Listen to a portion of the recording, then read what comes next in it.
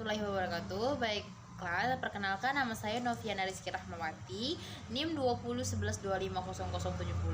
Baiklah, di sini saya akan membuat tugas dari dosen saya, yaitu Bunda Deni Febrini SAG MPD. Baiklah, di sini saya akan mengerjakan tugas mata kuliah BK atau bimbingan konseling, yang di sini saya akan menyampaikan sedikit pengetahuan saya tentang intervensi pendekatan psikoanalisa.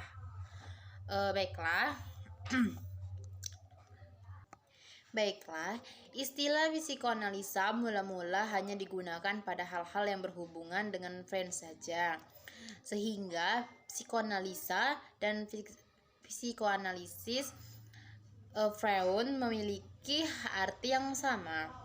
Hal ini disebabkan karena murid-murid Freud yang mengembangkan teori psikoanalisa baik yang sejalan maupun tidak. Pada umumnya menggunakan istilah atau menggunakan nama yang berbeda untuk menunjukkan identitas ajaran mereka. Psikoanalisa juga merupakan suatu metode penyembuhan yang bersifat psikologis dengan cara fisik. Tokoh utama psikoanalisa ialah Sigmund Freud. Konsep Freud yang arti rasionalisme mendasari tindakannya dengan motivasi yang tidak benar, konflik, dan simbolisme sebagai konsep primer.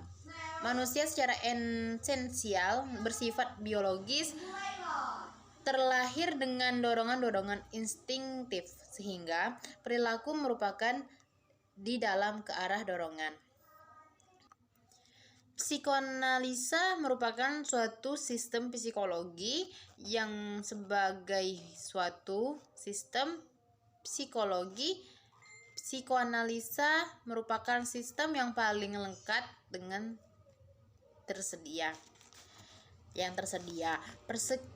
psikologi atau psikoanalisa mengandalkan pengalaman individu baik masa kini maupun masa lampau. Baik di sini individunya maupun situasi sosialnya.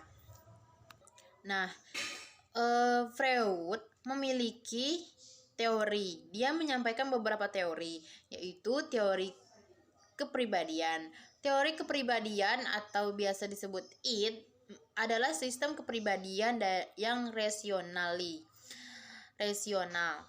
Kepribadian setiap orang hanya terdiri dari id ketika dilahirkan.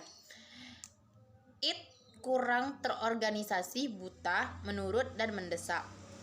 Id bersifat tidak logis, amoral, dan disorong oleh suatu kepentingan. Memuaskan kebutuhan naluriah, id adalah sumber segala dorongan, reservensi naluri-naluri. Yang kedua, dinamika kepribadian. Dinamika kepribadian terdiri dari cara berbagai energi psikis itu didistribusikan serta digunakan oleh id, ego, dan superego. Oleh karena terbatas, maka terjadi semacam persaingan dalam menggunakan energi tersebut. Yang ketiga, perkembangan kepribadian. Kepribadian berkembang sehubungan dengan 4 macam pokok sebagai sumber ketergantungan, yaitu proses pertumbuhan psikologi atau kedewasaan, fermentasi, konflik, dan ancaman. Bimbingan konseling pada intervensi pendekatan psikoanalisa. 1. Hakikat konseling. Dalam pendekatan psikoanalisa, hakikat konseling adalah proses reduksi terhadap ego menjadi lebih realistik dan rasional. Freud mengembangkan bahwa seseorang yang dapat menyadari dengan sendirinya akan dapat mengembangkan tingkah laku yang sesuai, yakni tingkah laku yang sesuai dan dapat diterima secara rasional. 2. Tujuan konseling. Pendekatan psikoanalisa adalah bentuk kembali struktur kepribadian konseli dengan jalan mengembalikan hal-hal yang tidak disadari menjadi sadar kembali. Proses konseling dititik beratkan pada usaha konselor agar konseli dapat menghayati, memahami, dan mengenal pengalaman-pengalaman masa kecilnya, terutama antara umur anak 2-5 tahun. Nah, peran dan fungsi konselor atau guru pendamping. Ternyata guru memiliki peran penting dalam konselor, yaitu bersikap anonim, artinya konselor berusaha tidak dikenali oleh konseli. 1. Sedikit berbicara tentang dirinya dan jarang menunjukkan sekali reaksi pribadinya. 2. Konselor membuat suatu hubungan kerja dengan konseli. 3. Konselor mendengarkan dan kemudian memberikan tafsiran terhadap pernyataan konseli. Yang ketujuh, konselor memberikan perhatian terhadap keadaan resianti konseli, yaitu suatu keadaan di mana konseli melindungi suatu perasaan, trauma, dan kegagalan konseli terhadap konselor. Nah, selanjutnya teknik konseling asosiasi bebas.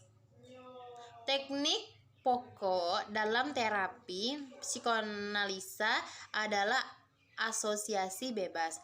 Konselor memerintahkan klien untuk menjernihkan pikirannya dari pemikiran sehari-hari dan sebanyak mungkin untuk mengatakan apa yang muncul dan kesadarannya. Metode ini adalah metode mengungkapkan pengalaman masa lampau dan penghentian emosi-emosi yang berkaitan dengan situasi traumatik di masa lalu. Klien memperoleh pengetahuan dan evaluasi diri sendiri. Yang pertama atau yang A, interferensiasi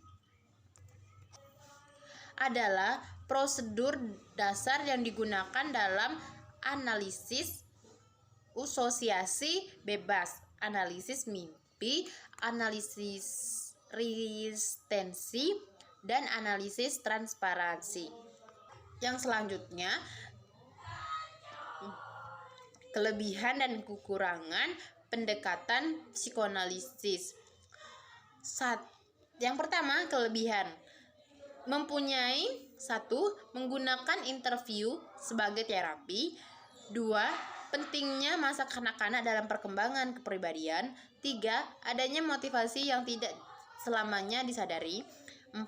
Adanya penyesuaian antara teori dan teknik. Yang selanjutnya, kelebihan atau keterbatasan. 1. Terlalu banyak menekankan pada masa kanak-kanak yang menganggap kehidupan seolah-olah sepenuhnya ditentukan masa lalu. 2. Terlalu meminimalkan rasionalitas. 3. Perilaku hanya ditentukan oleh energi fisik. 4. Menyembuhkan dalam psikoanalisis teratur rasional. Baiklah, yang selanjutnya, hubungan bimbingan konseling terhadap pendekatan psikoanalisa pada anak usia dini. Psikoanalisa adalah cabang ilmu yang dikembangkan oleh Sigmund Freud dan para pengikutnya. Psikoanalisa memiliki 3 penerapan, yaitu suatu metode penelitian dari pikiran, suatu ilmu pengetahuan sistematik mengenai perilaku manusia, dan suatu metode perilaku terhadap penyakit psikologis atau emosional. Selanjutnya, anak usia dini memiliki karakteristik yang khas baik secara fisik, sosial, moral, dan sebagainya.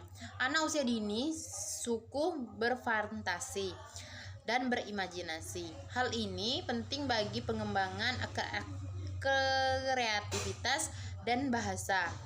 Anak usia dini suka membayangkan dan mengembangkan suatu hal melebihi kondisi yang nyata. Pendidik perlu memahami karakteristik anak untuk mengoptimalkan kegiatan pembelajaran yang sesuai dengan perkembangan anak, terutama ketika seseorang anak mengalami berbagai masalah dalam proses perkembangannya.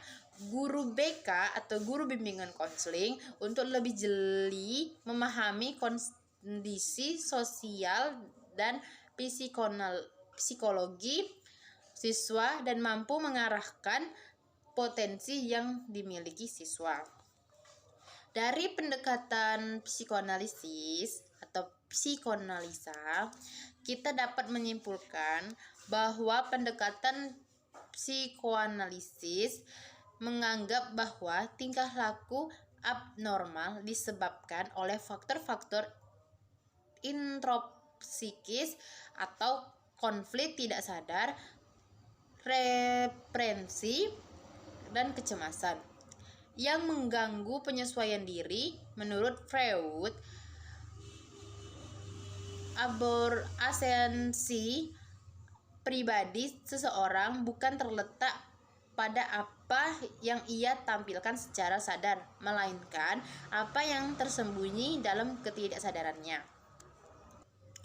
Tujuan konseling pendekatan psikoanalisis yaitu untuk membentuk kembali struktur kepribadian konseli dengan jalan mengembalikan hal yang tidak disadari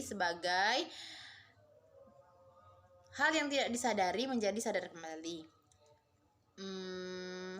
Pada konseling dititik beratkan pada usaha konselor agar konseli dapat menghayati, memahami dan mengenal pengalaman-pengalaman masa kecilnya, terutama anak usia 2-5 tahun. Pengalaman-pengalaman tersebut ditata, didiskusikan, dianalisis, dan ditarifkan dengan tujuan agar kepribadian konseli dapat direkonstruksi kembali. Baiklah, mungkin itu saja pengetahuan saya tentang BK, yaitu tentang intervensi pendekatan psikoanalisa bimbingan konseling. Saya akhiri, wassalamualaikum warahmatullahi wabarakatuh.